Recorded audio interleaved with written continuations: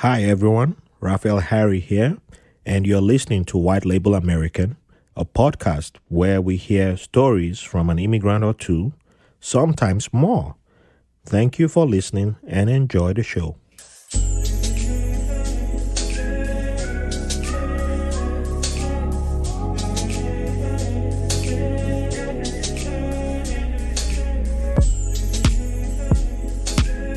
Welcome to another episode of White Label American. Thank you all for joining us today. And before we begin, I would like to give a shout out to a listener down in Maryland. She didn't give her name, but she sent a feedback and she shared a story with me. So I can't officially share a story, but it was after listening to Nancy's episode, and she shared how she ended up in the city that she currently lives at. And it was a beautiful story. So maybe, we might have her on the podcast one day. But it was beautiful. And, so I appreciate that. So, yeah, keep sending in your feedback. And I love to hear from you all. And, yeah, keep it coming in. And if you don't know how to reach out to me, go to www.whitelabelamerican.com. You can get me via the email option, or there's an audio option. I love to hear your voice. Not only my voice, I love to hear my guest voices. So, yeah, you can do that. And you can leave an audio message on Instagram, too. You have the voice notes on Instagram. So, yeah, feel free to do that. Love hearing from you all. So, today, if you have your family's history, if you know your family's history, we've had a couple of guests who have told us their family's history. So, yeah.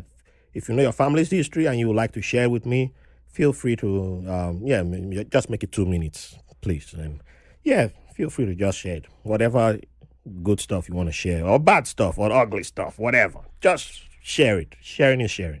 We'll take it. All righty. So with that being said, I'm highly honored to have a fantastic brother in the studio with me. He's a digital media creator based in Brooklyn. He's a guy who's gonna make me TikTok super. This brother is so smooth, and he's dope. Like, I was expecting him to wear something else today. Like, if he had put it on, I would have launched something. Also, some of you will see the video. But I didn't have to pull out that surprise. But maybe I'll take a photo or two for those of you on Patreon, and you will see the outfit that I brought. So without much delay, I introduce Zou Diallo. How you doing today, my brother? I'm great. So welcome on the show, and it's an honor to have you here. Thank you for having me. Yeah, it's my pleasure. So let's dive in without much delay. You have beautiful names. I think you're the first guest on this podcast whose name begins with the letter Z. With the letter Z. The last one. The last one. I actually let people call me Z. Yeah, Z. Because sometimes it's... My former roommate, we used to call him Z sometimes, but his name was a Z. It was much longer than yours, though. Yeah. No, mine, the whole thing is Zoumana Diallo. Oh, Zoumana. Zoumana. But to make it short, in the family, everybody call you Zou. Okay. It's kind of like the short for Zoumana. Anywhere you go, if people have a Zoumana name, they call them Zou. Okay. That's Zoumana. why. I like That's why they call me Zou. And Zou Diallo, I just added my last name to it. Yeah. Because I want people to know with like first and last name. And since Zou is short, I just added Zou Diallo. Yeah. So it's easier that way. And Diallo is quite popular from Senegal. It's a really popular West African name. Yeah, it's a big West African name. West African name. Sometimes when you say it, the ethnicity is Fulani. I mean, but it might change according to where people have been, like the environment. But usually we're Fulani. Okay. But in other countries, you have different names that are like, the last name that would be Ba, Bari, and all that. But Diallo is very, very common in like 5, 6, 7 countries. Yeah. I know I've heard it from. I'm not sure if it's still Diallo in Nigeria or not, but I know. I think it's not common, but I wouldn't be surprised if I met or saw a Yeah. Diallo. Yeah, you might. Because we have Fulani in Nigeria. Yeah, pretty much. Yeah. And also in let's say in Guinea and other places, they might write in a different name. Yes. Mine is Diallo, Mm-hmm. but in some places they add W at the end or they do J in between. Oh. So they're different way of writing it. Wow. Yeah.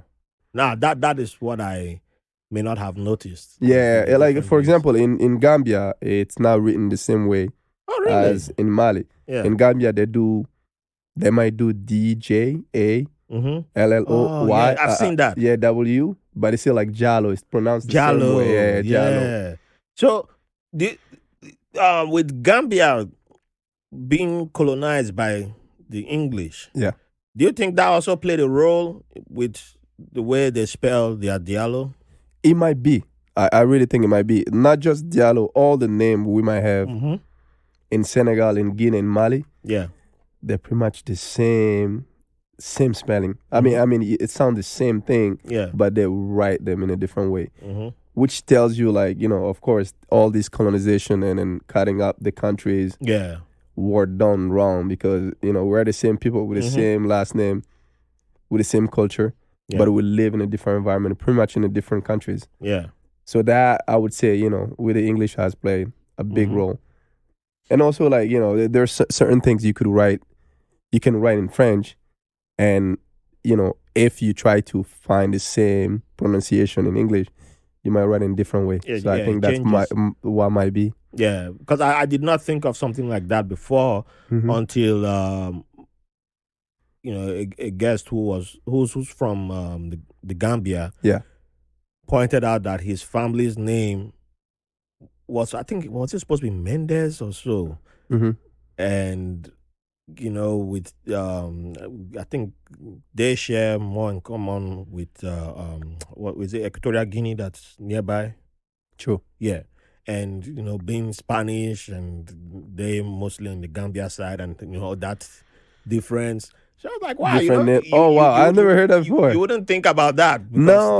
that's Spanish and then English and all that mixture, and you're like, yeah. So that's when it started dawning on me, like, yeah, it's the same people. It's the same people. It's just Yeah. like the same example in Ivory Coast and Ghana. Mm-hmm. Like, Yes. they have the border between, but some people have the same last name. Yes. It's pretty much that people said, okay, Ivory Coast is the French of Ghana. Yes. And Ghana is the English, but they're the same people. They do the same thing. They pretty much might eat the same. The climates are the same, True. but just the way, they divided the country Mm-hmm. were not done right. Yeah. Yeah. Yeah. So. There's Africa is so complex, Mhm. all this culture, the language, the environment, it's so complex, but we all, from the empire of Mali, which was like Yeah. the oldest empire Mm-hmm. that expanded from, let's say, like Chad, Yeah. all the way from Niger to the west side, like Gambia, Mali, Senegal, and even some part of Burkina Faso and all that. Yeah. So it was a big place until they cut it off. Mm-hmm. It was. Yeah. It was. So, with that being said, the meaning of your names and the story behind your name. That's interesting. So, like, where I'm from, in many places in Africa, people have meaning. Yes. Name. I mean, I would say Ghana or Nigeria. Sometimes when you ask them their name, they'll tell you, oh, it means this. In Mali, it's kind of like a little different, right? There are different ethnicity where the name derives from something. Okay. All right, it could be, the man didn't have kid for a long time. They would call him a name like that, and then it just stick with him. Yes. But in my case, I would say my name, like, just in many culture in Africa, they name you after, one of your grandparents, somebody in the family, a long distance family or whatever. I was named after my mom's father, which was Zumana. Okay. So they try to keep the name repeating. So for me, maybe, like my kid might name me. So like, the name continue Yeah. in the family cycle, like generation after generation. Yeah. So Zumana really, like, there's no meaning. It's just a name. Okay. I understand. But also, some people say it's same thing with Usman. Usman, which is like a Muslim name. Yes, I know Usman. And that's Quite also, common. because of the Muslim colonization, we Yes. also took their name. That was another So we colonization. lost the identity in some part, Mhm. which we, in the Christianity, like some people that are Christian, they have Christian name Yes. in Africa. I have friends that are Simon, Francois, and all that, but they're not African name. They're just, because they're Yeah, Christian. like my name, Raphael. Yeah, exactly. So mine, it could be Usman, but the African spelling, we added a Z. So we call it Zumana. And that way, that's what explaining. But there's no a specific meaning Yes. to it, which it might be, but I've never got into it, like interested into it and try to find out and tell people this is what it means. Okay. But Yeah. what about for Diallo? For Diallo, again, I've never like took a time and really search it. Okay. But for sure, what I know is Diallo, not just Diallo, but the ethnicity, the Fulani, they left the east of Africa and then they moved to the west. Yeah. So that's why, like, the complexions are like little lighter skin, Yeah. skinny, and then tall and all that.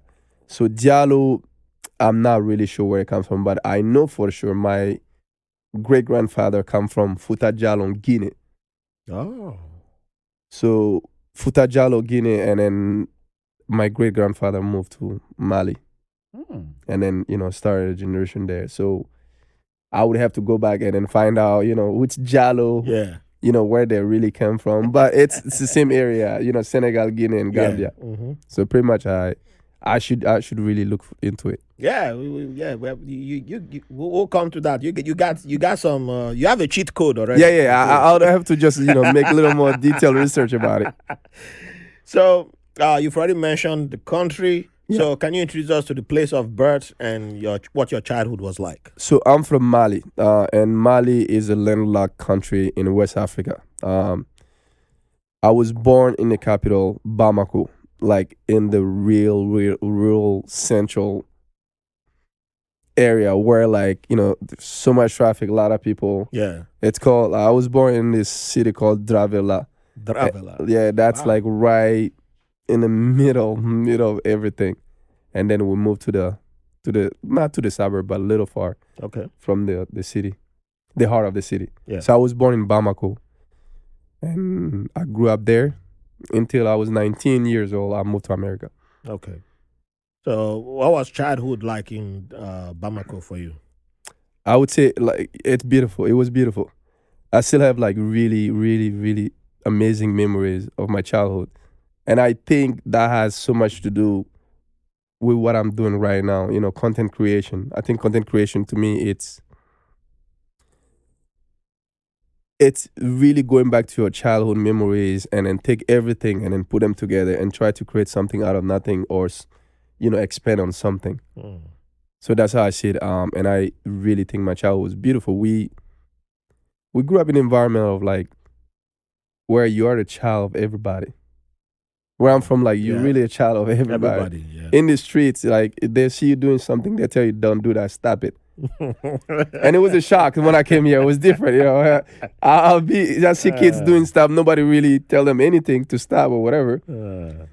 For us, we grew up in an environment where, like, your older brother is somebody else's older brother. Yeah. You cannot say, this is my brother. People are like, no, this is also your brother because he's older than you. So everybody keep you in check Yeah. on anything you do. And not just keeping in check. That would be like, sometimes some people take that in a negative part, but like the positive part also, they help you. That's right. They really help you. They guide you through life. Yeah. All right, you don't do that, whatever. Where I'm from, like, you could spend the whole day outside. No one would say you lost. Because you're still in the same environment. You're still around people that know you, that grew up with your family, or they will just call your family. Yeah. At the time, there is not like maybe no no cell phone. phone, But they'll go to your house. They know where you live. News travel faster than you knew it. Exactly. So school were good. I went to a good school.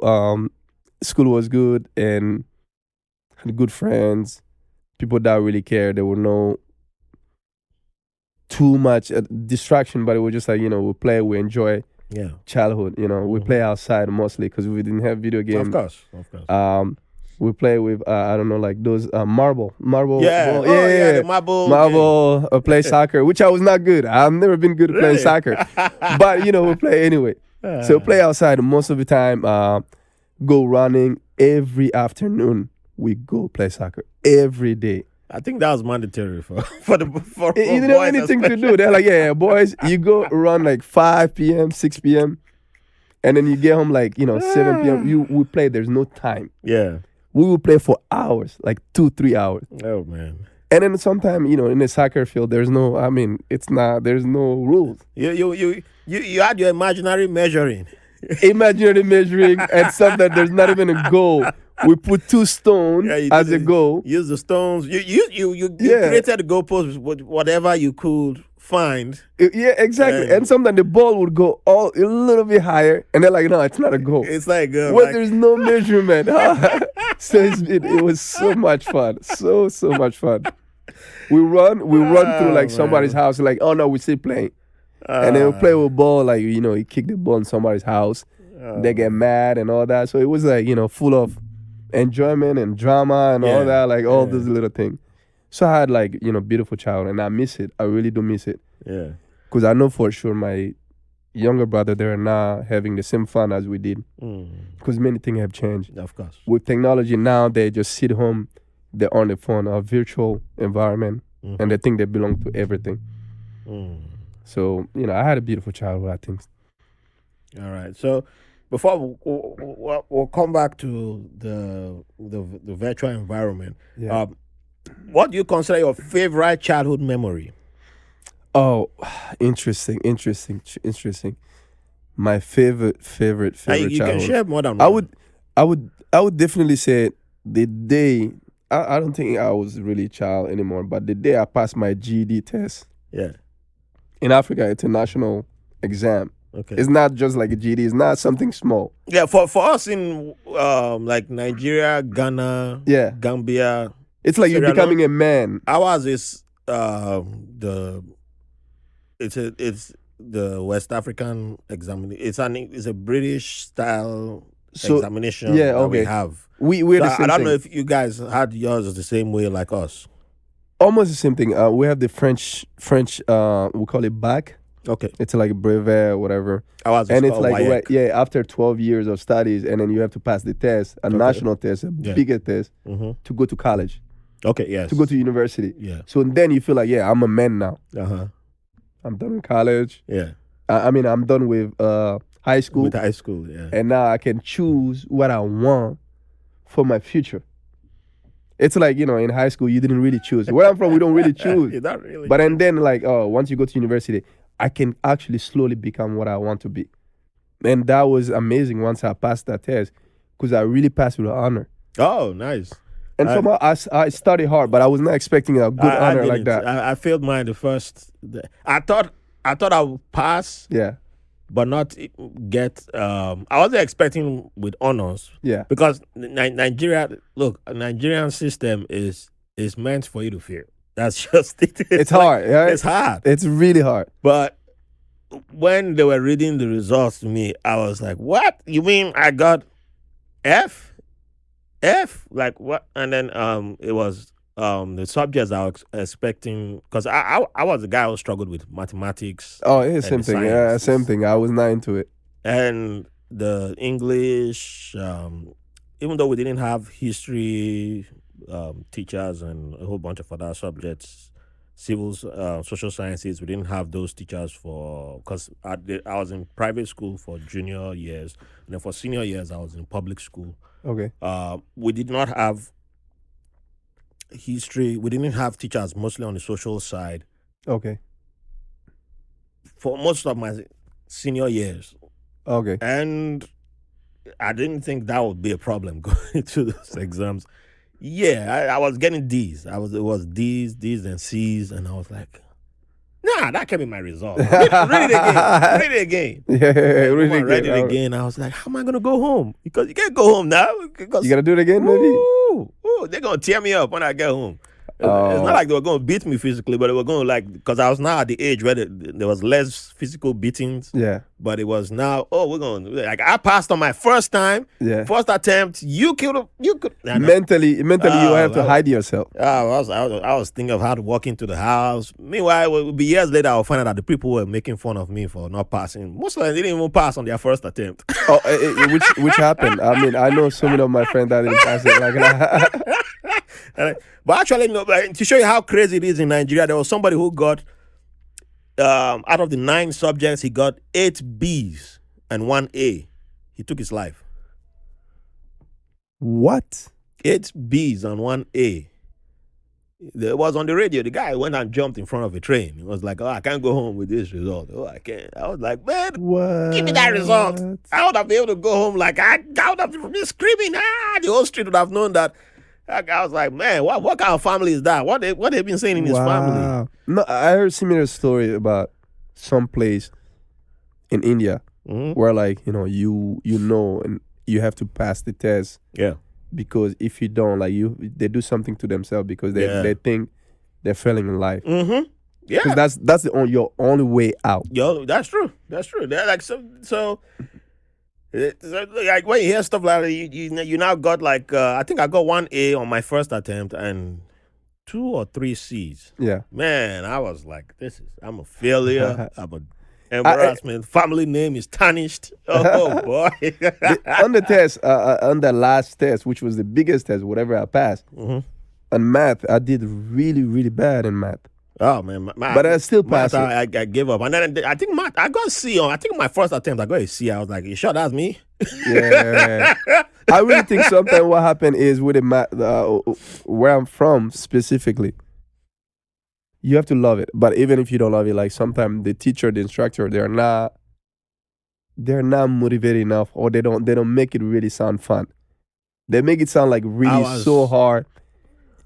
Everything it cannot be like that. And then sometimes it's pretty much theory, right? And then whatever you learn it, you don't see it applying in anything in your life. Your life, yeah. So you're like, I don't really need it. Yeah, it was like, I don't care about this. Yeah. But okay, now that you just brought that thing for me, so yours wasn't a boarding school, right? Which one? Was your school boarding school? What is boarding school? That's where you literally stay at the school. Oh no. Okay. So in Mali that's rare. Okay. We don't have a campus style. Okay, so you go to school and you come back home. You are what we consider a day student. I was a day student. Okay. So did you guys have floggings at your schools? Where you're late to school, there's a whip. Oh, that was in you get stuff wrong, there's a whip. Middle school and primary school. Yeah. Oh man. We had something called a 10-15 mathematic, mental mathematic, and you have the little the blackboard. Yeah. Everybody has a little individual blackboard, which is different from the big blackboard the teacher teach on. Okay. Right? If they tell you any operation, all right, I want you to do 12 times 6. Yeah. You have 10 seconds to know and write down. And then you have to put a board on your head. The teacher passes by and see everybody answer. You get it wrong, you get whipped right there. That was the scariest time for us. Yeah, that's the reason why I never took math seriously, because all my math teachers were scary. Yeah, and it got to a point where we started loving the flogging. So it was the most, because the senior students, especially when I got into high school, when I was in junior high. The senior students, one of them is a pastor now in London. Funny enough. Wow. He was the ultimate bad boy back then. And, when he came, he transferred from a different school, but he was my neighbor. We lived in the same estate. And, when he came, man, they were like, this guy was just getting into trouble every week. He's getting flogged, getting punished, and he would just absorb the flogging and then pop his collar. And the whole school, they'll bring him in front of the school, receive 12 strokes, pow, pow, pow, pow. You could tell the teacher was getting frustrated because he won't move. And then after the flogging, he would just pop his collar I'm good. This is not no way. So they will now increase it to 36 strokes. Pow, pow, pow, pow on his back or on his butt. He would take it. And then public school, the whole school like, yeah, yeah. No way. What was his Those mentality? like, all of you, kneel down, y'all evil, naughty students, kneel down. Like, man, I want to be like him. I want to be like him too. I want to be like him. I want to take the strokes. I want to take my... And then they do that publicly? They thought they were humiliating him. They didn't understand that they were motivating a whole bunch of us to do what he wanted. Yeah. What he wanted to do. They're sending the wrong message. We even, if we did something wrong in school, we had this thing where you get on your knees and your head to the wall. Yeah. And then you stay there in front of everybody in the class for like maybe an hour. The professor is giving his class because you've been rude, and then you stay there. Yeah. I was a good student. I didn't make much noise. Yeah. But I used to get in trouble for talking. They did punishment for talking. Yeah. They had the class prefect who would take names down. Yeah. Who started bullying people too with that. You had the same system. God. We used to call him the responsible of the class. Yeah. And this guy would be the biggest person in class. And just bully everybody. You'll be hooking them up like, hey man, don't like I'll write your name down. I saw you talking. I saw you talking. Okay. I give you one candy. No, I want 2. And you, I want 3. But you took 2 candies from him. No, I want 4 from you now. Man, I thought you were a nice person. I thought you were a Christian. No. I want 5. I want 5 now. God damn. Oh man, you understand the type of monsters these people were. I still remember some of my responsible classes. I really still remember them. They were really mean, and most of the time they were not like the best student either. They were just big, and they know they can bully anybody, and no one can go to them and try to fight them or say anything. Hell no. Because they will beat you up. Mm-hmm. But it was always fun when someone got to beat the class prefect. Yeah. Because it was unexpected, and it was like, especially like a new student will come to Yeah. the class, and it's like he's not as big as the person, and then class prefect will try to go like, hey, let me go bully this person. Person like, I'm not taking it from you, and then like, do you know who I am? I'm the class prefect. Like, I'm gonna try to slap you. I want to slap you back to pow. Like, wait, did that just happen? Oh, and it become the we're news. gonna be rooting for you, man. We're rooting for you, and it's like, wow, yeah, pow, and they fight. Like, yeah, they beat the class prefect. The class prefect is like, what? You all are supporting him? I'm gonna make sure you all get punished. Like, no, we gonna defend this new person. Yeah, is our new hero. The teacher will come like, all of you gonna get flogged. Like, no, he's the one. He's the problem. Take the office from this person. We got people impeached. I have so many similar stories. So many similar stories.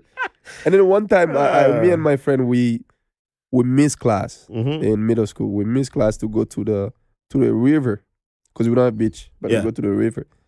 To go to the river, and that was the worst decision. Because the principal of the school knew about it. Oh, yes. And then they say we did some stupid stuff. People lied about us, whatever. And then when we got there, we really got beat up. They took you by 4 person. I don't know if they say the same thing where I'm from. Oh, where are you from? Okay. They call it by 4. When you hear by 4, somebody take one hand, somebody take another hand, yes, leg, so you can't and escape. Your butt. So you can't escape. Yeah, you can't escape. Yeah. I know that's usually reserved for the people who are shaking the most. But if you were like the guy who I was referencing, who would just lie down on the bench, and stay still, that would piss them off. So that when we realized that, if you could absorb the flogging, and stay still, that was a better reaction instead of shaking. When you shake it, you get more. You get more. So you get more like, okay, you know what? Train yourself. Like sometimes we're flogging ourselves. Oh wow, it's interesting. Like I think it's too much for just learning. Yeah, but we ain't learning anything. That's the reason why I didn't learn French, because we're like the French teacher beat us up. One day, we're like, and we're also teenage stupid boys. That's true. We're like, but I think education has to change. It has to change. Because a bunch of these teachers, it was simply taking out their frustration on the kids. Of course. A bunch of them weren't being paid. And, so all their anger was just being transferred to us. Yeah, and then where I'm from, I know some of my professors when I was little, some of them wanted to be a professor. Yeah. But after, people that were a little older than us, they just becoming teacher because there were no jobs. Mm-hmm. When you finish school, you go to university, you go to you do your master and all that, and then you can find a job. You're like, okay, I'm not gonna sit home. Yeah. I would teach the subject I'm good in. And then they do the teacher test and they become teacher.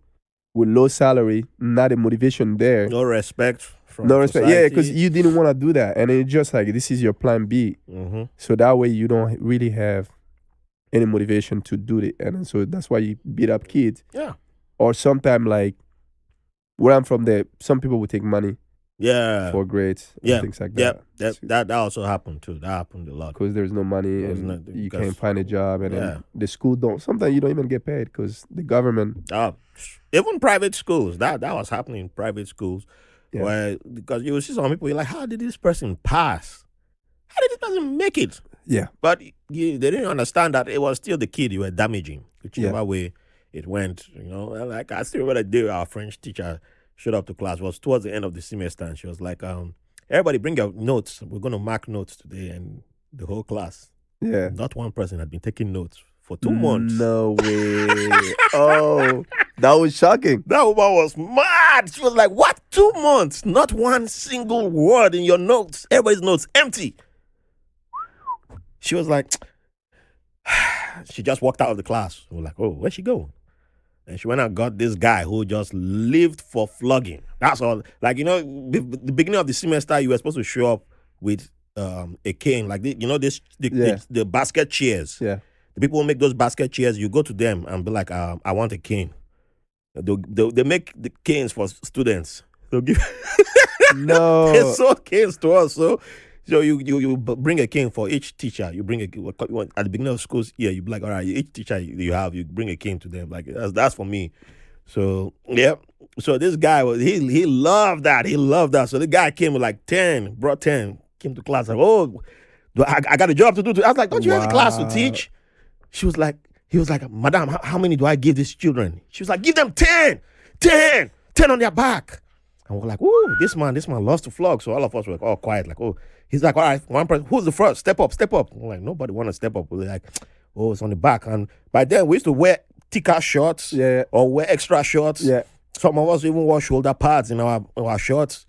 The boys, because we're prepared for the butts, but we weren't prepared for our back. So we're like, "Oh man, who want to go up?" So one girl went up, and she just stood still. Pa, pa, pa, pa, pa, took 10. And just left. Didn't flinch, and she popped her collar.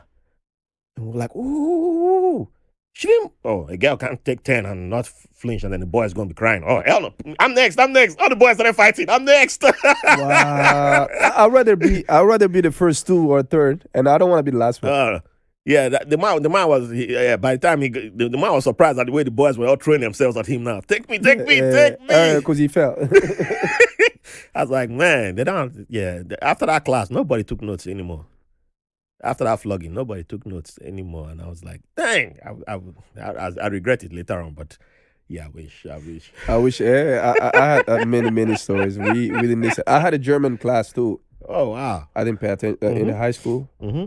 It's not like I didn't pay attention, but it sounded really hard. Yeah.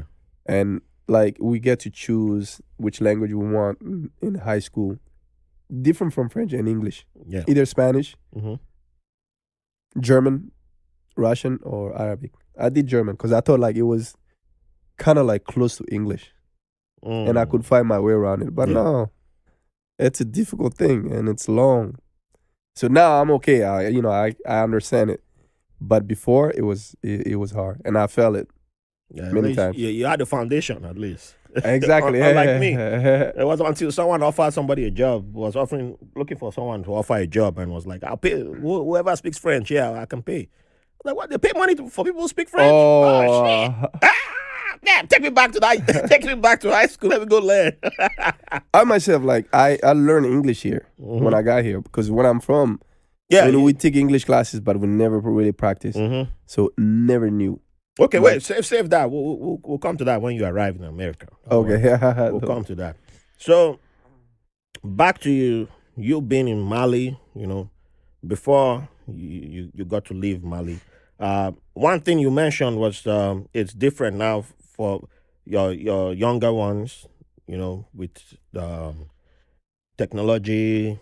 Yeah, it's now a virtual world. More people don't play outside. Is that all that it is, or is there more to it? I think there's more to it. Historically, things have changed. The way I try to understand it, because me in a content creation where I have like a show and all that, I try to really go deep and find what the root of of it. Okay. Because I like we all like to judge things. Oh, this is not good. This is not good. Yeah. I can compare myself to the younger generation, but the environment is different, and then the economy and everything has changed. True. Historically, I think with technology really brought something new.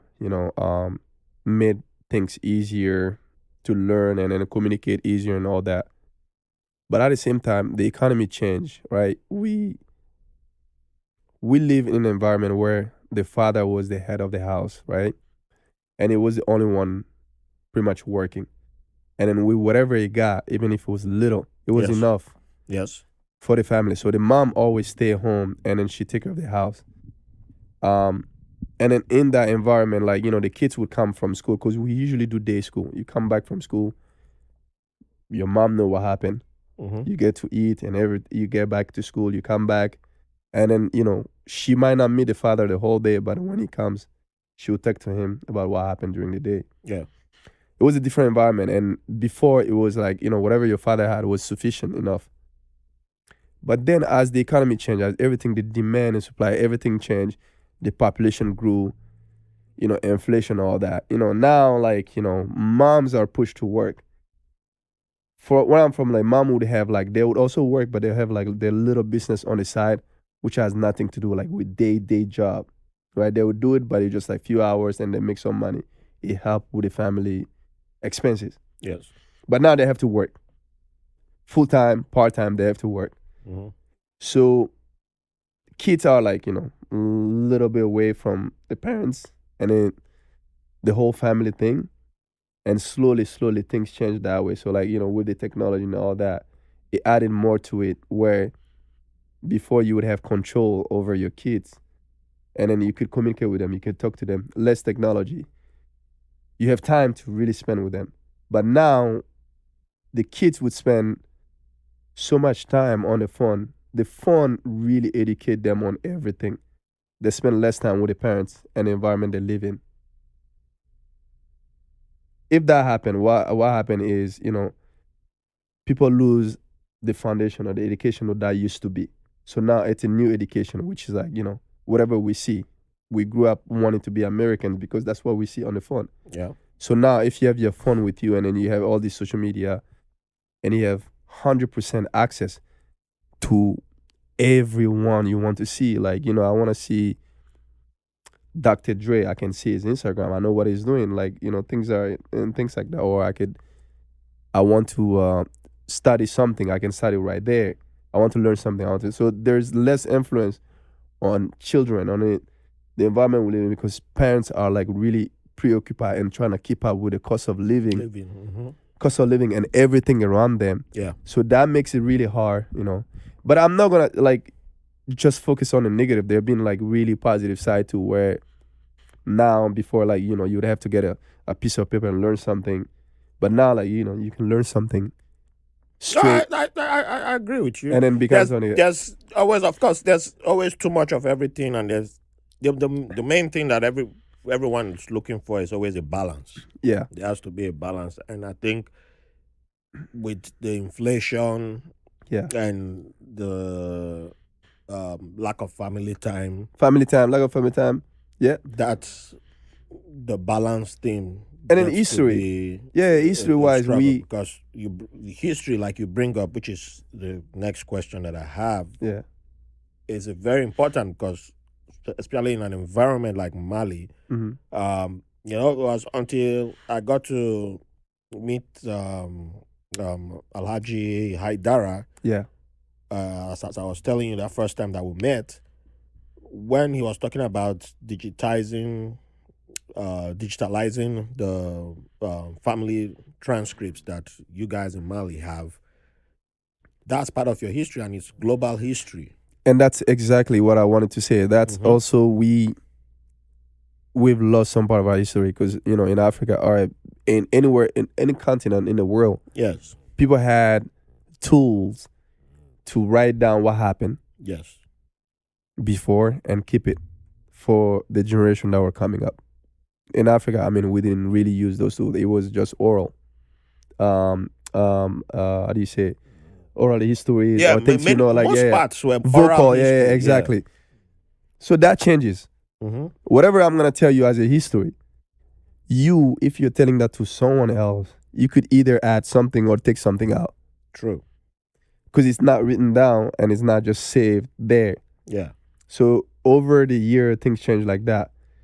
And people that have power, they could have more influence on you that don't have power. Exactly. We were colonized by the French in my country, and then after the French, the Muslim came in.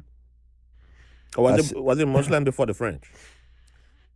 Interesting. I think But I would say it was it was the tricky. Arabs. It was the Arab. They didn't colonize, but they came with their religion. I mean, it was a colonization, and then the French came in. Yeah. You're right. So we were colonized by different people, and that they brought out their culture. Yeah. The name, the way they do things, the way my brother's name is an Arab name. My sister's name is an Arab name. Mm-hmm. The culture, the things have changed. So people that you look up to or you're really influenced by, you tend to try to be like them. Yes. So you might really lose up on what you used to do traditionally. So traditionally, if it was like, okay, let's say on the street, I do something wrong. I'm really young. I'm 10 or 12. I'm smoking cigarette. Where I'm from, somebody would see you, be like, you can't do that. They take it away from you. They might even hit you. Yes. But now things have changed. Now people be like, that's not my business.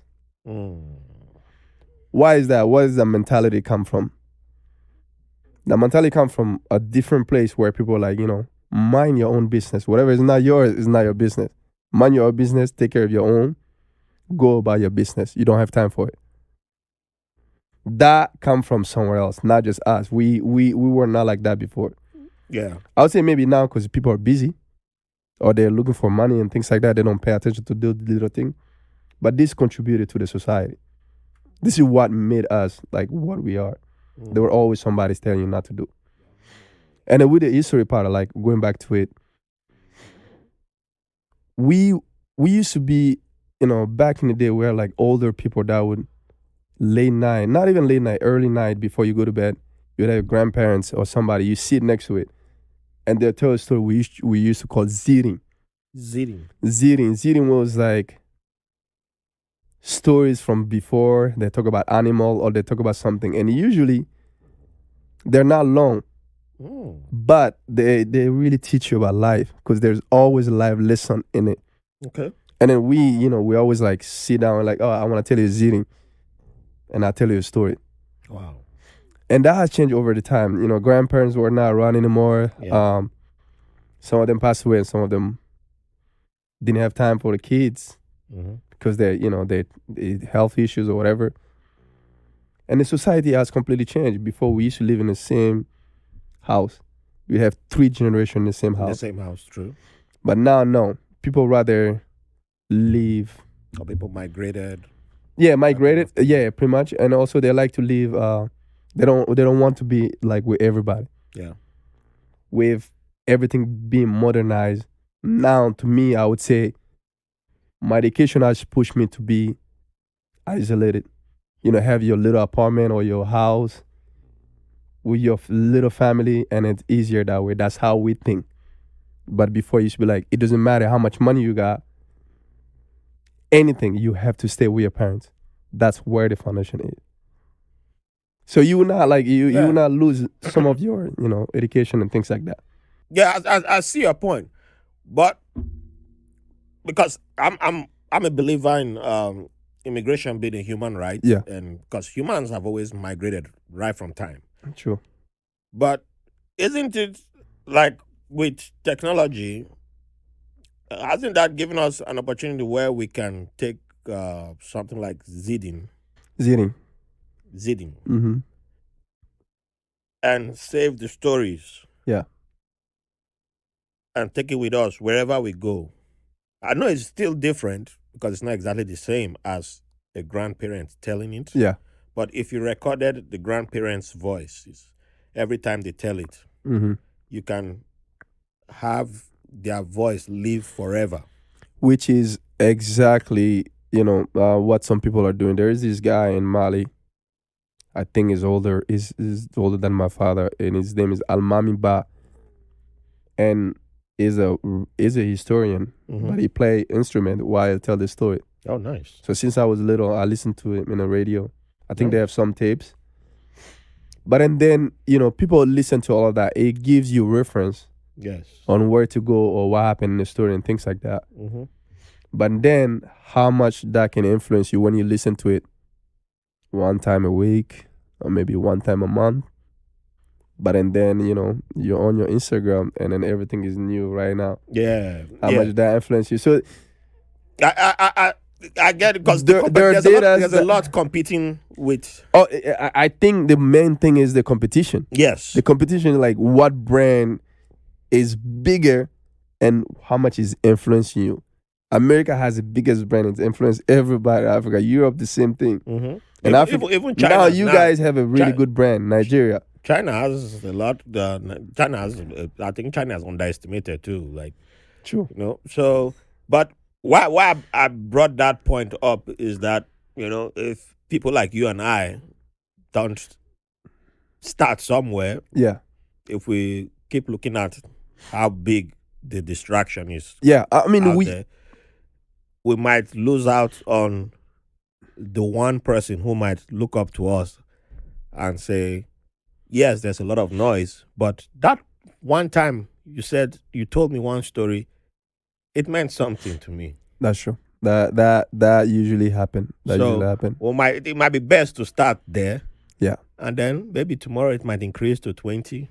It might increase to 100. Yeah. But sometimes, because I think at the beginning when I started podcasting, I was like, maybe I need to get to 1 million people immediately. But, with time, I realized that, I think it was it was Michael B. Jordan. There was an interview I saw him on, and I can't remember. I think he was on Jesus and Meru, and he said, you have to tell your story and tell your own story. And don't worry about telling others' story. And those who it will impact. That's true. I focus on that. I myself, I go through that, through the emotion, through my show. Yeah. Because it's the show is named Le Traducteur, which the intent of creating that show, what I wanted to do was to communicate with my people. Yes. How can I communicate with them the best way? And I wanted to have a talk show, which it's kind of like a news show where we take the news and I add some humor to it, like a satire type. Yeah. And I present it. But to me, it was not, it was great, but it was not as original. Because that concept in Africa, you don't really use it. They're giving news with humor, which is fine. But detail, they don't really do that. And then somehow I started doing it in French. And it didn't really work the way I wanted. And I was not reaching the audience I wanted it. So I was not impacting the people I wanted. So I got discouraged a little bit. But as soon as I switched the language to my own language, Bambara, and it would put subtitle in French. There you go. And it became a new revelation, which is like totally different. And that's the same thing. I take history. I listen to these tapes. Yeah. I use the proper language we use without any words in French. 0 word in French. And that's impossible. Not impossible, but it's hard. Yeah. Because again, I don't know my language 100%. And it's supposed to be mine. But you're making the effort. I'm making the effort. And that's, again, the influence of French, where we speak our language, but there are many words in French, which we don't even know the meaning in our own language. Wow. But now I try, I write it down. I listen to people. I would write a whole episode as, it's like a music where it has rhymes, but it's spoken word. So like, poem, but deliver as a news. And every time we change the scenery, the light might tell you something. The environment might tell you something. It depends on the episode. Okay. So now we're doing that, taking something old, mix it with new, and deliver it to people. And they like it because it's a little more modern. And then a young kid look at it like, this is different. Yeah. I like this. And then it's something I can relate to. Did somebody that look like me Yes. and he's speaking my language 100% while in America. That's like, why? I should want to be a rapper. I should want to be like a singer or an athlete. That's what they see. When you come to America, you gotta make it big that way. Yeah, they think Not the other way, not the traditional way. They think the options are limited. Yeah, exactly. So that's all they've been told. That's all they've been told. That's what they see. Yeah, that's what they've been presented to. So now, that has changed. Slowly, we're reaching people. But again, it's kind of like difficult because I need to add more to make it more entertaining. You will. For them to watch it. My brother, you've started. The most important thing is you've started. True. You've taken the first step. Yeah. Many people are still in the, I got this idea, but we'll come back to that though. Okay. Let's take a quick break, and when we come back, we'll dive into your official arrival in United States, and then we'll talk about we'll continue into the awesome work that you're doing. Hi, everyone. We've made it 2 years, and who would have thought so? So let's go further and make it 3, make it 4, make it 5, make it 6, who knows? 20. But we can't do this without your support. So join us on Patreon at patreon.com/whitelabelamericans or linktree.com/whitelabelamericans. Go there and you'll see our Patreon link, and you can join us for as low as $3. We have bonus content, we have bonus materials. There's so much juice over there that we don't release to the public, and you can contribute in making this podcast better. You can send questions, you can send your ideas, and also there's a lot of new things that are coming. The announcements are made on Patreon first, because we have to, take care of people who help make this podcast possible. So you can be the one to make this podcast what you want it to be.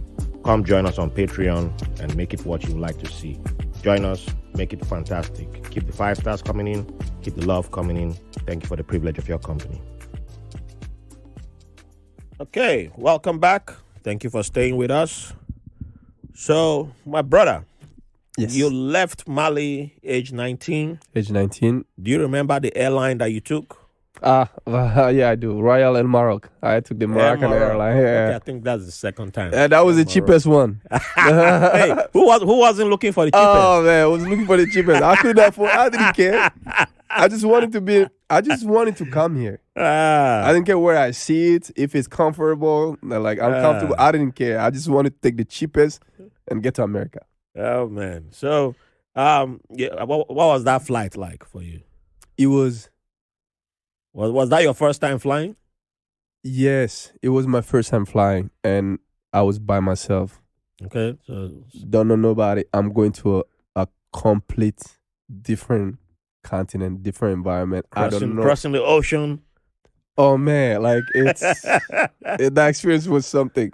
Just the plane taking off. Yeah, that first experience. Like how fast this thing can go. Like it's so fast. Like how fast? A car is nothing compared, and it's big, it's huge, it's sound. And then you see it taking off, and you look down, you see that Mali with a little light. Let's say Bamako. I'm like, oh. Oh, so you got a window seat? Yeah, I got a window seat. I was lucky. I got a window seat, and they were like, 2 French people sitting next to me, talking to me. I'm talking to them. I don't know what I'm talking to them about. I swear I can't remember the conversation. Now I'm like, I just wanted to be. Our first stop was in Casablanca. Yeah. Okay. So you stopped over and stopped there, and then for a few hours I was sleepy. I just slept. I didn't know what to do. I was just shocked. Mm-hmm. Leaving your parents, everybody, and then going to somewhere just because you want a better life for yourself, and then you want to study. Because I came from school and stuff like that, and it was great because I was young. Yeah, I had that experience, but it was shocking. It was really, really shocking. And from Casablanca to New York City was another long flight. And that was the main flight. Oh, that was the main flight. That was long. That was so long. You were like, man, how long is this again? That's right. Are we there yet? Yeah. Are we there yet? Don't go land. I love it. I love it. I love it. You're like, man, I gotta go use the restroom. Now I gotta use the restroom, and then where's the restroom? I don't know where's the restroom located in the bottom. In the airplane. Like, oh, I don't How do you flash this? How do you flash this thing? What do I ask? Ask the girl. They're like, how do you say it? How do you call them? Stewardess. The steward. Yeah. I ask her. Like, I want something to drink in French, right? I want a soda. Mm-hmm. She brought me a soda. I swear, I pull out money in my pocket to try to give to her. You did better than me, man. I didn't know. I think that was free. Because where I'm from, you did better than me. I was older than you, and I was like, man, I ain't paying for nothing. I'm not gonna ask for food or drinks. I'm just gonna be quiet, mind my business. I didn't know. I tried to pay her. I'm like, how much is it? She's like, no, it's free. I'm like, free, okay. I was bringing. Like, you want something to eat? No. You want something to drink? No. If I don't ask, I ain't got money for you. No. I didn't have much money on me. Whatever money I had was what I got. I'm gonna take that money with me to America. Yeah, it was just few dollars in my pocket, and I'm not used to. And I'm asking her, she like, not free. I'm like, oh great.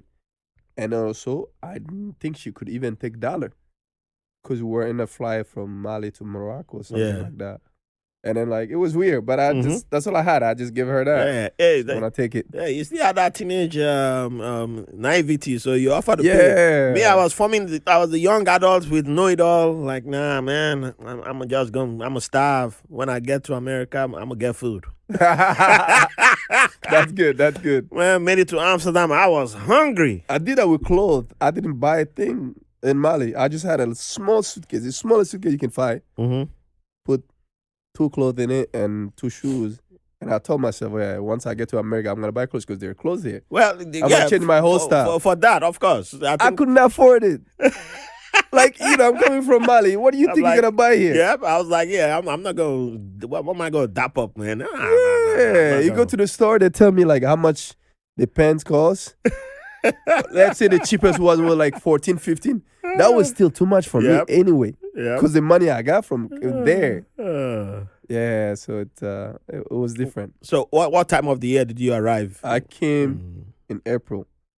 Was it April New York 6th. you came straight I came straight to New York. Okay. And then the same day. So it was nice weather. JFK to... it was nice weather. I didn't really experience the weather. I just took a taxi to the bus stop in Chinatown. Okay. From Chinatown, I took the bus to Washington, D.C. because my friend was there. Oh, okay. So my friend helped me get to North Carolina, Charlotte, where my college was. Oh. So, like, I did all this in just, like, 1-2 days. And then you cannot imagine, man. Like, I discovered 3 states or 4 states in just 3 days. So it was a big change for me. And the first day, like, when I got here... Is this America? Is this America? Wow. The taxi driver robbed me. He knew you were brand new. Brand new. He knew I was new. Like, I was supposed to call. Yeah. When I get here. But I didn't have change on me. Yeah. So I didn't know how to use the phone. But I knew, like, I would have to put change. And nobody around me speak French. So I told myself, all right, the best way right now is I need to take a taxi to the bus station. Because I knew where the bus station, they told me that. Yeah. And then from there, I take the bus and then I go where I'm supposed to go. They explained me all of that. I remember that and I wrote it down. But then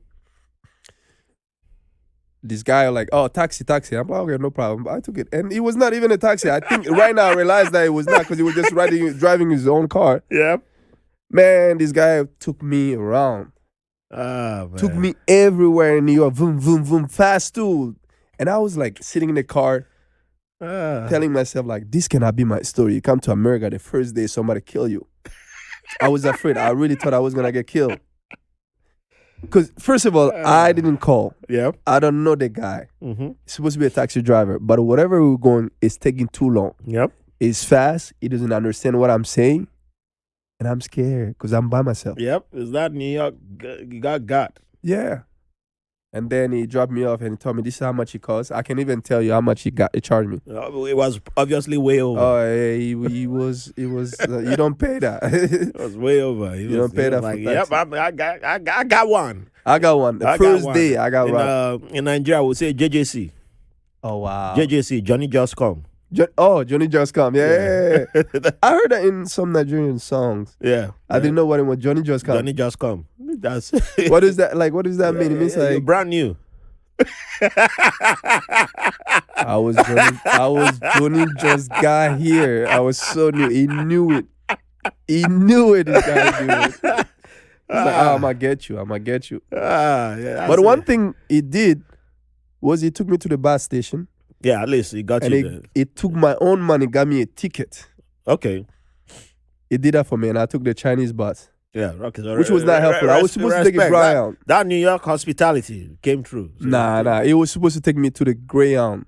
Oh. Well, but he got you on the faster bus. Cheaper too. Yeah. But no one speak English. Well, yeah, but everybody in the bus was like Chinese. Yeah, but it was fast. It was fast, but I didn't know what to do. I was just sitting there. A kid coming from Africa, 19 years old. I'm in a bus full of Chinese. Woo! In America. Woo! That's weird. Oh, man, the melting pot for a reason. Oh, yeah, it is. I didn't have fun either, so, like, you can imagine. It was a story. Oh, man, that's a Netflix special, right? That's a Netflix. I still have friends that keep telling me how much you give to the guy. I can't tell him. Till today. Oh, man. That guy, whoever that taxi driver is, if you're listening... If I meet him any day. We won't report you. We won't have a revenge. Just hit me up. I just want to hear your side of the story. No. I meet him one day. He's going to pay my money back. That was messed up. Hey, man. He took over what he was supposed to take. Okay, I still can't hit me up on the side. Hit me up on the side. Not a single person till this day how much the guy took me, because I can't imagine. I really can't. I'm still laughing. Yeah, I still laugh at myself at it. Well, I've been guts too, but it's you can't help but laugh. Yeah. Oh, mama, all the money my mom gave me. I didn't even tell my mom yet. I still didn't tell my mom. Mom, if you watch this, I guess now you know. Yeah. Oh man. Yeah, it's a safe time. Johnny Just Come. Hey, Johnny Just Come. Johnny Just Come. JJC. Everybody got to go through that once in life. At least once. So, yeah, I never thought I could be full like that. Because back in Mali, yeah, I was, you can't fool me. Hey, eyes on the... I was in big city. You was from the streets. Big city, and I used to work in the mall. Yeah. And in Mali, when you work in the mall, you learn it all. Even riding motorcycle in the big city area, it seems like you have to pass a permit to do it because it's a different environment. Mm-hmm. It's like, I would say, fast paced. Yeah. You meet many people that do bad things or good things. So you get to learn it all. Yeah. But I didn't know the first hour New York would do this to me. I knew New York was dangerous. It was a big city, but I'm like, oh, New York is another level. What? Johnny Just Come. And then you think you can be, you know it all in your country or where you from. Oh, man. You go somewhere else, somebody will teach you something else. Oh, man. It was bad. I meet that guy one time. If I meet him any other day, right now, it's going down. I was going to ask what was your official welcome to America, but I think you already told that. Oh, that was it. Smack me right there. Man. And it was a nice, he's just right. He was driving fast and these like big bridges. I think he was just doing sighting with me. Yeah, that's what they normally do. Yeah. Because I have my favorite podcaster, he got a job with HBO recently, and he lives in North Carolina, and he had to come to New York for his job, writing gig. Yeah. For his, he was writing with game theory. Yeah. So when he arrived in New York, he got a similar taxi, and he was just like, man, I was tired, like from the flight, and he was like, well, but the guy was doing this. It was like this same thing that you just described. The guy was like, taking him extra, and he was like, man, if this guy you better not don't try some shit on me. I know you just take me to my destination. Yeah, like I don't want to know. I know you want to make money, but hey, it's like I understand the hustle. Yeah, and I'll pay, but Just get me to my destination. You know, all through that. the ride, Ah. I pray so much through the ride. I've never prayed this hard. This hard. I'm in the cab. I'm praying, God, please don't make my story like that. Please don't. Oh man. It was bad. But it's fun. Now looking back at it, it's It's a New York story, man. yeah. It's a New York story. So you go to college in North Carolina. North Carolina, yeah. I stayed there for just a few months and I transferred back to New York City. See? So he made you fall in love with New Because- York. No, because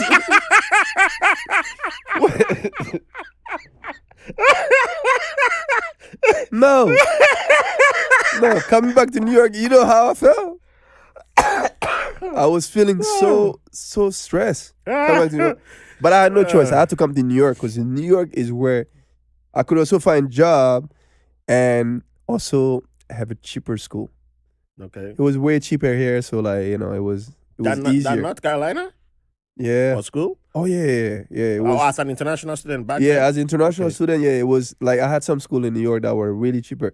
'Cause What school was that? Oh, I just went straight to learn English. I went to an English center. Okay. And an English center compared to a college, Yeah. way less. I could still preserve my status. Because to me, it was important to learn English first Yeah. instead of going to college. Okay. Because if I had to go to college, let's say like, you know, I was going to pay around $3,800 per semester. Mm-hmm. And then in English, I'm paying like $800. So Right. Smart You know. investment. I could save money. So then I really, really, you know, focus on it, work, save my money, and pay my own college after a few years of So- you know, being in English class. So what was your first job in New York? Oh, washing dishes. Mm. That's the first thing I've ever done. I wash dishes because I didn't have experience on anything. And washing dishes is easy. It's dirty. You don't need You English. clean it. No, you don't need experience. That's what they tell you. It's dirty. It's Yeah. white. There You you see go. it's dirty, you clean it, you put it in the machine, and you're good to go. There you go. But still, that was shocking because I had to be on my feet for 8 hours Mm-hmm. or like 5 hours, and then you take a break. Take a break. Yeah. Where I'm from in Africa, like I did all that in the big city and all that, but I didn't have to stand on my feet for 8 hours. I could sit down, Yeah. do little things. But the first day, like I was like, whoa, this is something else. It's hard work here. It was. Oh no, there's no joke. I remember there was this Senegalese guy in the kitchen I work in. First day, the boss called him over, tell him everything in English, so he can tell me in French. Yeah. Say, okay, yeah, the job is this. This is what you do. Say, no problem. I did it for like 1 or 2 hours, and then there was nothing going on the floor because we had to go on the floor, take the dirty dishes, come back and wash them and bring them back.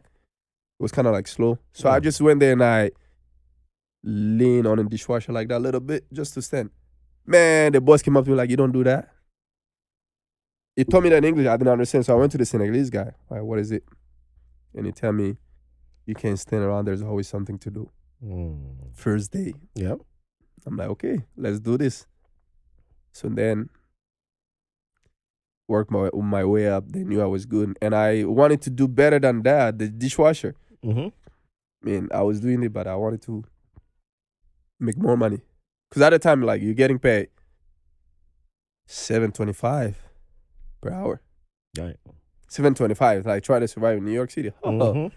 That's, even if it was 12 years ago, but it was still, it's still New York City, man. yeah, it's still New York City. So I had to find a way to make more money. But what other job could I do right there to make a little more? The only way is to go to the kitchen, learn how to cook, be a line cook, which I did, and I got more raise, and they liked me really well, and it was a good environment. So since then, like, you know, I started working in a restaurant, knowing the dishwasher area. I left that in less than a year or some few months. Then I started doing cooking. Yeah, every station, I knew every station. A salad, a grill, pastry, everything. And then from there, slowly moved to a different restaurant, did different thing. I pretty much did every position in restaurants, and I recently I left my job as the general manager of this restaurant, Meatpacking, and you know, which I had like 79 employees. Wow. Yeah, like big company making crazy number. So it's been a good ride. So I've been in the restaurant business for a long time. Still, I do it. I'm doing consulting for restaurants, even if I I do was content gonna creation say, and stuff like yeah. that. Yeah, you literally started from the bottom. Oh, started from the bottom, washing dishes. Slowly Restaurant did all the story. position: Yeah. kitchen, busboy, runner, Mhm. bartender, bar manager, assistant general manager, and where like there's not a single spot or position in a restaurant I have not done in America, and I don't know how to do it. Wow. I know how to do it so well that if I'm on a new place and I'm the one in charge, and if I find anybody not doing anything like it, just go and show them anywhere, really anywhere, any restaurant, any concept at this point. Wow. Are you tempted to open your own restaurant? I try. I try. Recently, I was trying, but it's a lot of work. To me, I wanted to do something small just for myself. Okay. I didn't want any investor because sometimes once you bring investors, some investor can be silent investors. Some people can be involved in it, and then sometimes if the ideas are not the same, Yeah. it it's not gonna be a big deal. But I like to be on my own. That's what I want to do right now. Yeah. So I've been looking to it, but it's costly. So I'm It gonna is. save and then do It other is. things to make it happen.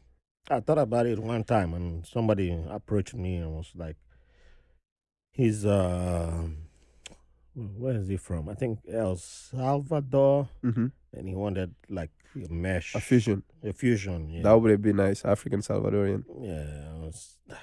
And he had a spot in on Fifth Avenue, Oh wow.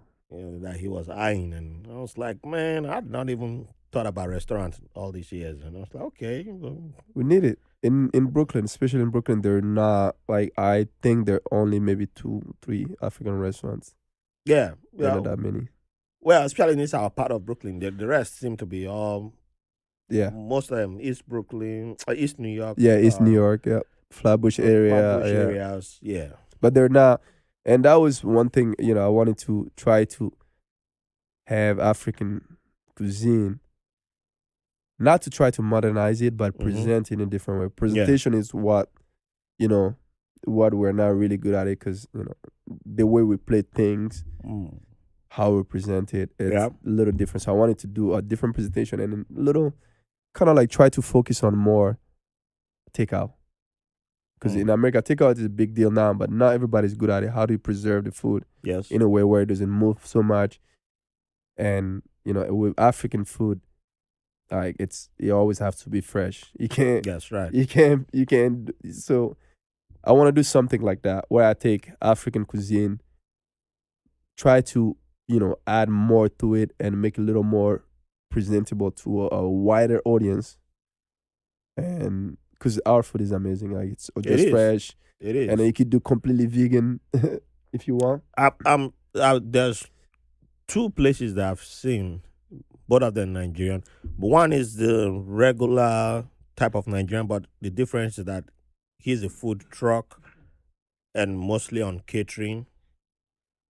But he has like the options that he offers includes like he's the guy who like when you look on their website or on apps you see vegetarian, vegan options. Oh yeah. It's available. Unlike most places that just literally just you're a carnivorous person, meat. Everybody eats meat. Yeah. The other place I just saw it. I haven't been there yet. I saw it on the food. I've got in the website, but one of the New York food websites cover this place, and he offers food from the middle part of Nigeria, so it's not too popular. Okay. So I'm like, oh, finally somebody doing something different from Nigeria that unlike every other person that's like Nigerian offers literally the same menu. Same thing, yeah, same menu. So he might have something that's similar to what you guys have because his part is closer to the Fulanis. Yeah. So, but he's offering I gotta remember the name of his place, but he intentionally made this place where it's like everybody that comes there, you all have to sit around the table. Wow. And have an experience, and then he comes to explain what they're offering. So it's a community style environment. I like it. So when I read about it, the COVID numbers were spiking. So it was close to my birthday. So I was like, oh man, I would have loved to go have my 40th birthday there, but I can't Yeah. do that yet. So it's a place that I'm keeping in mind. After this recording, I will send you The address, yeah, I'll please. send you the I really address. want. I might check it out. Yeah, Yeah. I wanted to take something with all this training I have Mhm. for like 12 years Oh, you're perfect in a restaurant. Something like I could take that and then create an authentic African restaurant, but make it a little more Yeah. modern with the restaurant setup and all that. Mhm. So Yeah. that's what I have. But you can't just start it like that. So I wanted to start small, Mm-hmm. just a pizzeria to start, and then start making the money, and then move Okay. to that. All A right. pizzeria, I need one oven and things like that, so it'll be easier. Yeah, I love the idea. Yeah. Whenever you start, I'll let you know. You'll me be the know. first there. You got to come You'll back. be the here first one and there to taste let it. us know. And yeah, you got to come back and you talk about it here, and we'll blast it out there. So when did you officially? I know you've mentioned content creating, but when did you officially begin to embrace your content creating as a career path for yourself? So here, when I wanted to go to college, I had to choose a major, what I wanted to do. Because I'm like, all right, now I have the money. I want to do something I really love. There were many things I wanted to do. I was, crazy about computer science and all that. I started taking computer science classes. It was going well and all that. And then I really figured out, like, I was not in love with it. There was no passion into it. But my passion has always been to like images, communication, videos. Because when I was in middle school, I did theater a lot. Yeah. I did theater, so I wanted to do something like that. And then I'm like, okay, what are the options? I went to the counselor in school, and they showed me different major. This is the. Not technically what I want to do, but like what can bring me most experience here now. And then later, if I move back home, I could use it. Okay. So I saw new media technology. I'm like, new media. That sounds good. Goes well with what I want to do. Like, it includes a lot of things: radio, TV, film. I did that, and then when I moved to Brooklyn College, I studied TV and radio. After all of that, it's been hard, as somebody who didn't have much connection to get like the job I really wanted. Yeah. And I never focused on like really getting, because I was working in a restaurant. In a restaurant, I make good money for whatever I was doing. And I'm like, oh, this is fine. So I was never crazy about just switching up career. So I continue, I did that. And I'm like, okay, I need to create something that can do both.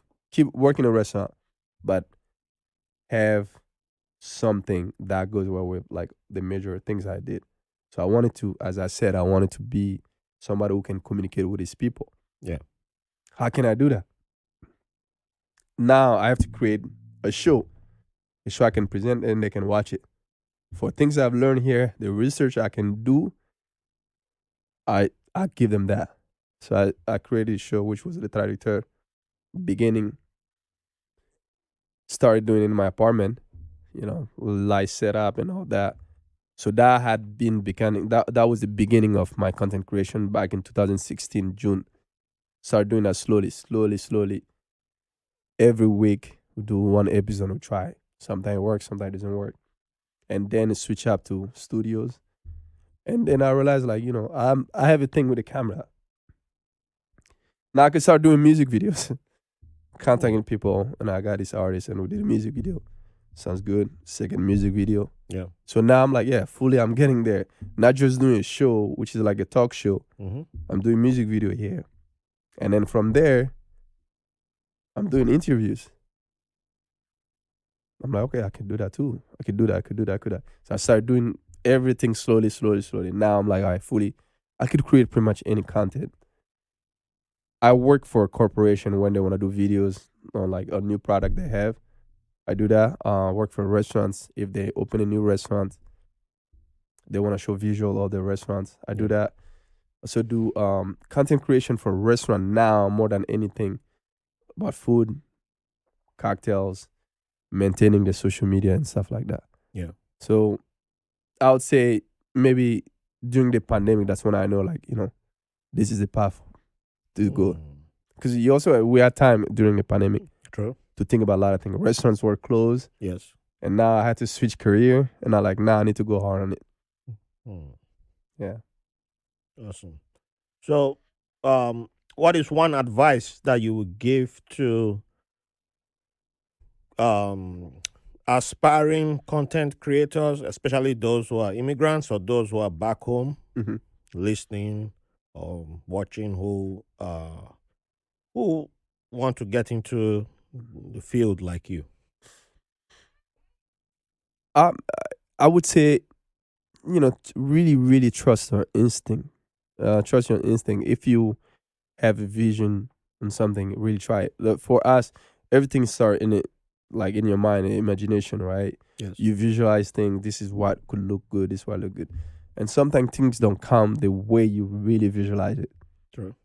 So I've learned that over the year, I should not really get mad at myself. It's a process. Yes. Something leads you to something.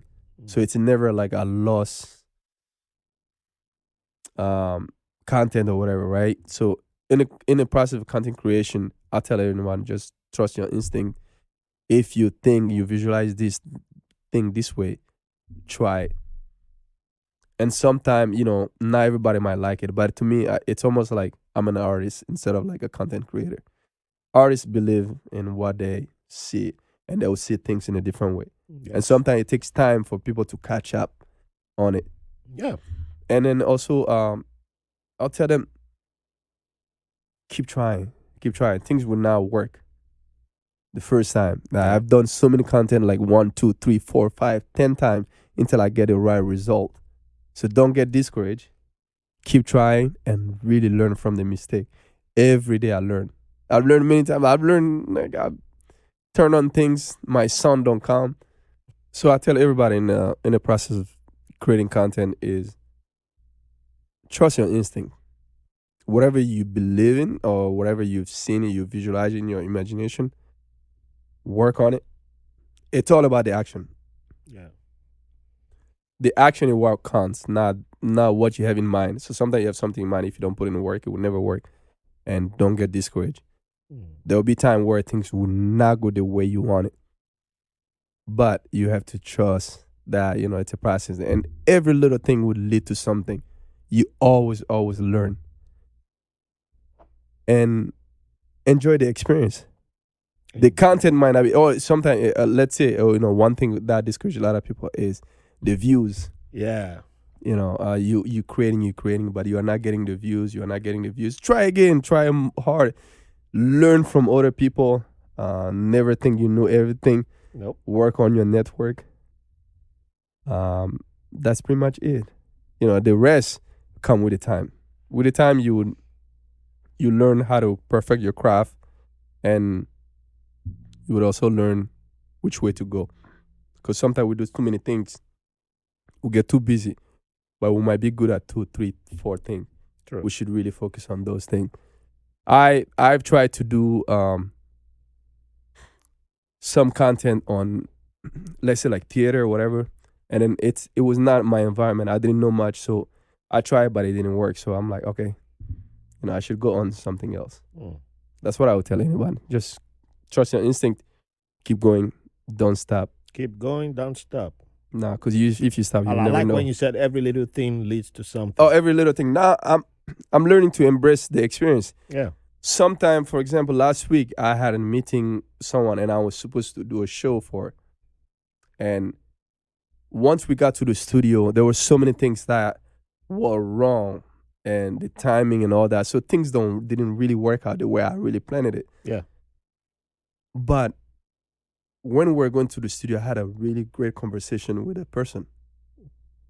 And just because I didn't get the content I wanted, I wish for, I had another experience. I learned something new. And now I have to embrace that experience. Every little thing, I have to embrace it. Yeah. So that's the process of content creation, because something would lead you to something else. Yeah. Awesome. So, Um, for someone who's been in the restaurant space Yeah. for quite a long time, and you also have a Malian background, Yeah. what is your favorite cuisine? Your favorite New York cuisine? My favorite New York cuisine. Hmm.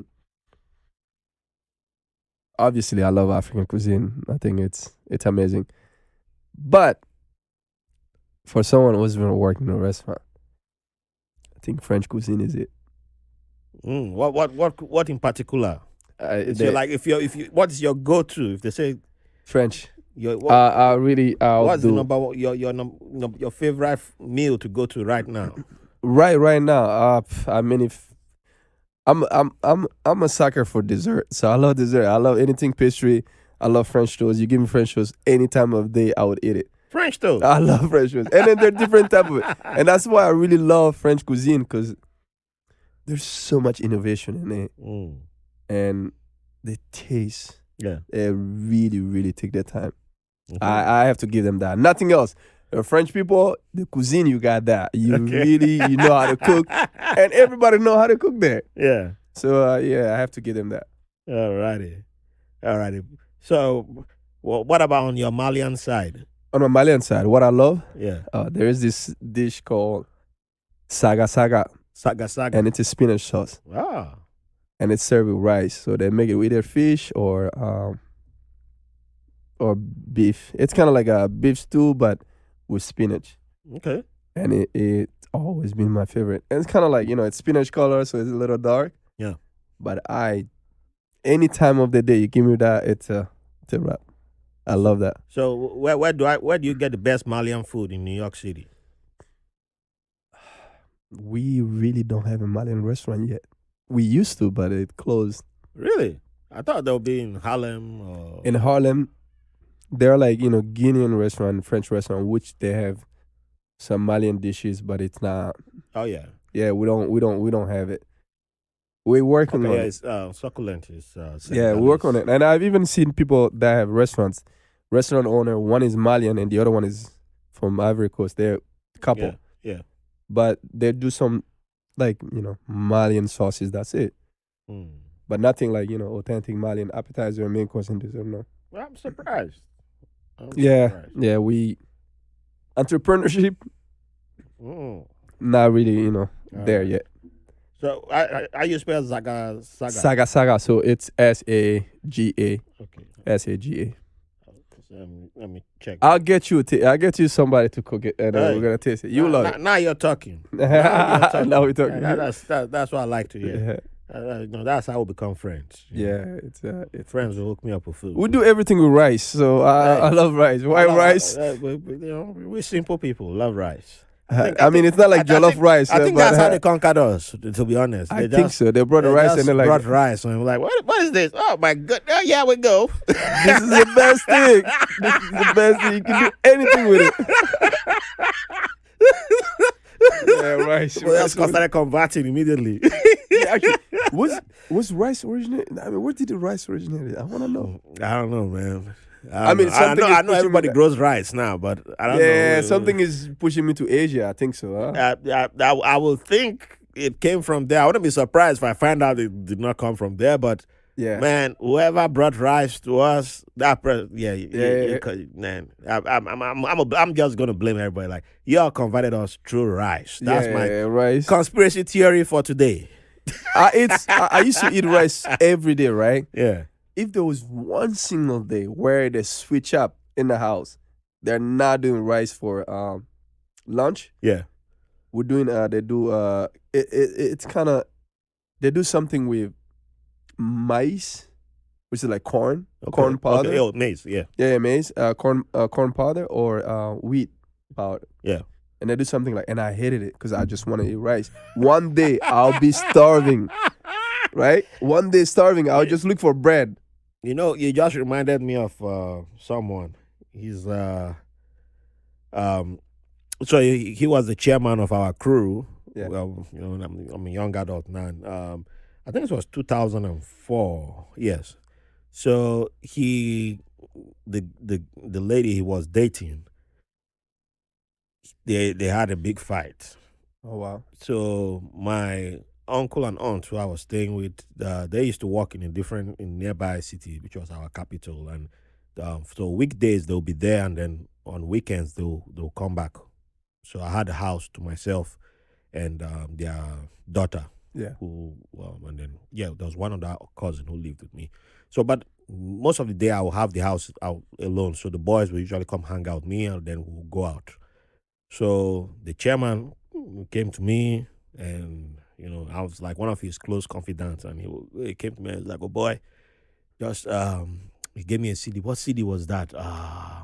Either Michael Bolton or Celine Dion. Celine Dion was was one of our go-to breakup. My first breakup was Celine Dion and Tony Braxton. I was playing 1999. But either Michael Bolton or Celine Dion. That's who he brought. He was just like, man, play this all day. Elton John. It was Elton John. Yeah. I think it was the album that had Sacrifice. Man, that's all I was playing all day. And he was like, man, cook rice. We'll cook rice. I said, okay.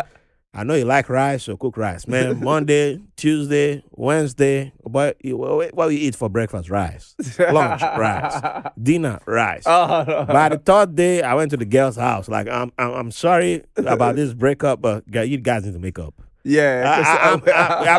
I can't do it no more. Elton John from morning till night. Rice. And he wouldn't, this guy loves to drink alcohol. He wasn't touching alcohol. He was like, oh, only Fanta. Just give me Fanta. I was like, this is serious. Was the girl's name Fanta? Or what was it? It was just Fanta. The orange Fanta. That was it. Rice with Fanta, Elton John. By the third day, I was at this girl's house. I'm kneeling down begging you. Just accept him. Accept him so I can eat something else. Oh my. Come take him out of my house. That's interesting. What could be my go-to food if I'm stressed? Come take him out of my house. I'm about to jump off my building. Just take him away. Too much. It's too much. She said, no, he cheated on me and all that. I'm like, please, I'm begging you. This is too much. Forgive him. He will never do that again because he's been eating rice. I think probably that's how I started losing my afro, because I had an afro then. I think that was the beginning. The afro started disappearing. Now I figured it out. Now you figure it out. Just rice. Thank goodness. In the morning, at night. Let's make some fufu. No, rice. I said, God damn. Bread and corned beef. No. I never had fufu. You never had fufu? I swear I never had fufu. What? I never ever had maybe no, I don't think so. What? Nope. You sure? I should try fufu. Tell me which restaurant I should go to. I'm gonna go try fufu. Oh man! I'll even go today. We gotta go right as soon as this recording is over. Let's go find fufu. For you. Let us go immediately. I'll order you some fufu. Because every time people say fufu, Josh looking at you like, what is going on? I swear, I never had fufu. Josh can't believe it. Josh, I never had fufu. No, I had pounded yam. Is that it? Yeah, pounded yam is a fufu. Yeah. Okay. So my mom is from Burkina Faso, and then I had pounded yam there. But the way they say fufu, like that, authentic now. Yeah, I guess I understand the technicality that they're going by, because growing up there was we didn't call pounded yam fufu. Yeah. There was a fufu that was heavier than pounded yam. I've forgotten what that was. We used to call that akpu. Yeah. But the fufu, is it just pounded yam? Do they add something else? Plantain? Don't they add Ghanaians add plantain. They have a mix with the plantain fufu. There's semolina fufu. I've eaten all of them. Now I can't even remember what the main fufu is made from. In Ivory Coast they have something also called placari. Is that fufu? No, I don't know if I've had it. Because placari, Ivory Coast. Placari is white and it's pounded yam. It's yam powder. They don't even pound it. They just say if it's yam powder, then then that's yam fufu. Yeah. There's different types. Like there's water yam fufu. I don't know if you know water yam. Water yam is much smaller. I've not seen water yam being sold in America, but water yam is much smaller. Well, American yams look like water yams. Yeah. Yeah. Because acheke is yam. Mm-hmm. I don't know if acheke is like, a couscous. Yeah. Yam couscous. Acheke, which is Ivory Coast. Uh-huh. And they also do this placari, which is like yam but powder. And then it look the same thing as fufu. Oh. So do they also do the version of the pounding too? Yes. The way Nigerian Ghanaian do it is different. They do it right in the stove, hot, pop, pop, pop, pop, Oh. hot while it's cooking. Yeah. But for you, I think they take while it's hot and they put in the thing and pound it and then take it out, right? Yeah, that's the old way of doing it. they always doing it. I didn't sign up for that. I was like, hell no, if I had been doing that, I would have had abs before I even came to America. Oh yeah. I was like, now you guys make the yam, I'm gonna eat it. Yeah, that's it. That's Yeah. it. So we should try fufu. I should try fufu. Yeah. Okay. So you're not that bad. Because I thought we needed to stop this recording and have an intervention immediately. All right. So appreciate you for giving us your time. Oh, but we need to get this. There's one question I haven't gotten up to. Okay. So everybody who appears on this show, Mm-hmm. we automatically consider you a dancer.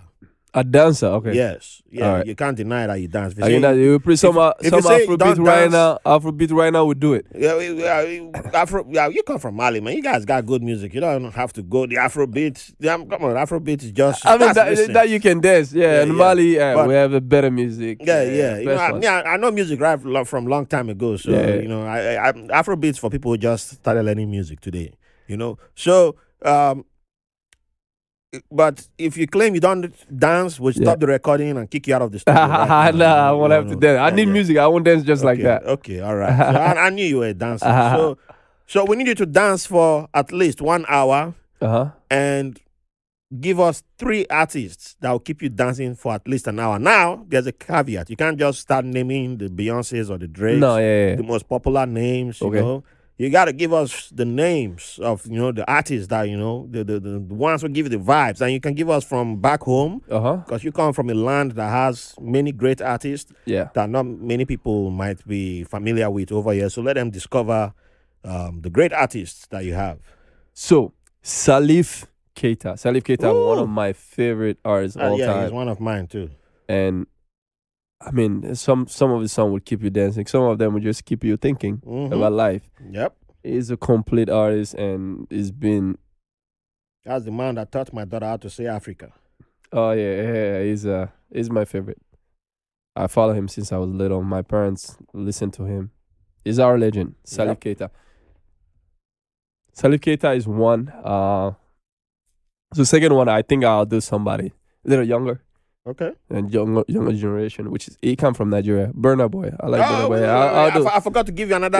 Burna Boy. You can't go Burna Boy because too many people have been naming. He has been banned from this podcast too. All right, so I do Salif Keita, and I'll go in Senegal. I'll go with another legend. Yeah, they got good music. I go Youssou N'Dour. Hey. Yeah. Youssou N'Dour would keep me dancing. All right, you're going with the legends. Yeah, and the third one. You said I cannot go in Nigeria, Ghana, or South Africa. There are names in Nigeria, but you can't just go with like the Burna Boys anymore. No, Too many people have been going with Burna Boys. Yeah, he's you nice. can go South Africa, you can go. There's some people in Nigeria we can take. I'll go French. Okay. So there's this guy called MHD. MHD. Spell it again. MHD. MHD. Yeah. Oh. It's for Mohammed. They just cut it short. Oh, okay. It's a young African kid that grew up in France. Yeah, France got some good music. Yeah, his parents are from Senegal and Guinea. Okay. So he come from he's influenced by two big cultural influences. So, and he does this style called Afro trap. Oh. Afro trap is very high beat, fast tempo. Mm-hmm. It's like, what's this guy rapping who's this guy that passed on Afrobeat song. Who's this guy that passed away from Ivory Coast? Arafat. Yeah, Arafat. So almost like Arafat, but for him is like he's really rapping on the beat. Okay. and he has some good melody. I love him. He's young, All right. but he does a really good job. All right. Any women? Huh? Any women artists that I should know of? Women artists. Yeah. You've given That me. would keep me dancing. In Africa. You've given me Mohammed, who he's not on my playlist. So let me see if you got anyone for me. I mean, Umu Sangare is, she's a diva. She's Sangare. yeah. I know that. Yeah, she's definitely on my playlist. yeah, she's and then also in Ivory Coast there's this other lady now called I'm gonna forget her name. Jose. Jose. Yeah, Jose. She's very nice. She has different style. Okay. Jose, yeah. So those, I mean, I was gonna go to Nigeria because we, as I said, you guys have a big brand right now. Yeah, and your Nigeria brand is hot right the now. Nigerian brand is selling, especially in the music part, and then all the thing. Movies, you're done with that. You did amazing. The movies. And now the music is like very influenced. So when you ask any African guy, like, what do you listen to? And when you listen to Afrobeats, like, yeah, it's like, you're gonna hear so many Burna Boy or everybody, because his attitude is different. Like, it comes hard. We'll talk about that off air. All right. So this has been fun. We'll definitely have you back again because you're also local. So yeah, we'll definitely have. I'd love to come back. We'll definitely have you more. Come teach us some beautiful stuff from your culture again. Yeah. And so final question. Yes. What would you like to leave the audience with? Your freestyle moment. If you want to say it in your local tongue, hey, whatever. But freestyle, go. What can I tell the audience? Please listen to White Label American. It's a very, very interesting thing on the podcast. And it's been nice, coming here. It's my first time. Not my first time, but like, doing somebody else's podcast. If they have any feedback for me, anybody can lead me to something good, any opportunities, or, some suggestion, or maybe there are things I might have said some people might not like. I'm sorry in advance, just in case. Because sometimes, when you talk about how generations are different now, people don't understand it, what used to happen before and what happened now. Yeah. People would think maybe you really want the past to come back, which is not, No, I just think there's some adjustment on things we could do. What I can tell people, just, I guess, be you. Yeah. Be happy. Don't take the stress. We only live once. There you go. And try to live the fullest and enjoy every experience. Welcome the experience. That's right. Yeah. Like here now, I'm really enjoying the experience. I love this studio and it's something new for me to see. Hey. So everywhere I go, I try to enjoy the experience. Awesome. Yeah. It's a great studio, man. Thank you. It's a great studio. So thank you for those nice words too. Appreciate that. Thank you. Where can the audience find you? Please plug yourself in. Yes. So I have a show online. You can find it on YouTube. It's called Le Traducteur. It's in French, so it's spelled by L-E Traducteur, Traducteur. It's kind of long, but Le Traducteur will be. It's on YouTube, Instagram, anywhere. Yeah, would make sure we get you the link. And my own page is Zou Diallo, Zou Diallo. I'm on Twitter, Instagram. It's all the same name. All right. Anywhere. So if anything, any suggestion for me for my show, that'd be great. All right. So you'll have all the links in the show notes, and go support my brother. There are a few of you who I know who speak French who listen to this show. So go check it out, and give him support and share the love. I welcome the love. He needs the love. I need the love. And if you got money to spare, send it my way. Just make sure it's not crypto. We don't do crypto. But if it's bitcoins, okay, we can talk. But make sure it's dollars, euros, British pounds, sterling, and then the rest. No naira. No. We negotiate any other thing. Okay. All right. How you say thank you in your language? Iniche. All right, Iniche, everyone. Okay. And I'll see you next week. Beniche. Beniche. Thanks for listening to White Label American. If you enjoy the show, we'll appreciate if you rate, review, and subscribe to the podcast wherever you get your podcast from. If you have any questions, comments, or have someone who will be a good guest on the show, or you want to be on the show, send us a message at whitelabelamerican@gmail.com. And make sure to follow us on Facebook and Instagram at White Label American. Thank you for your support.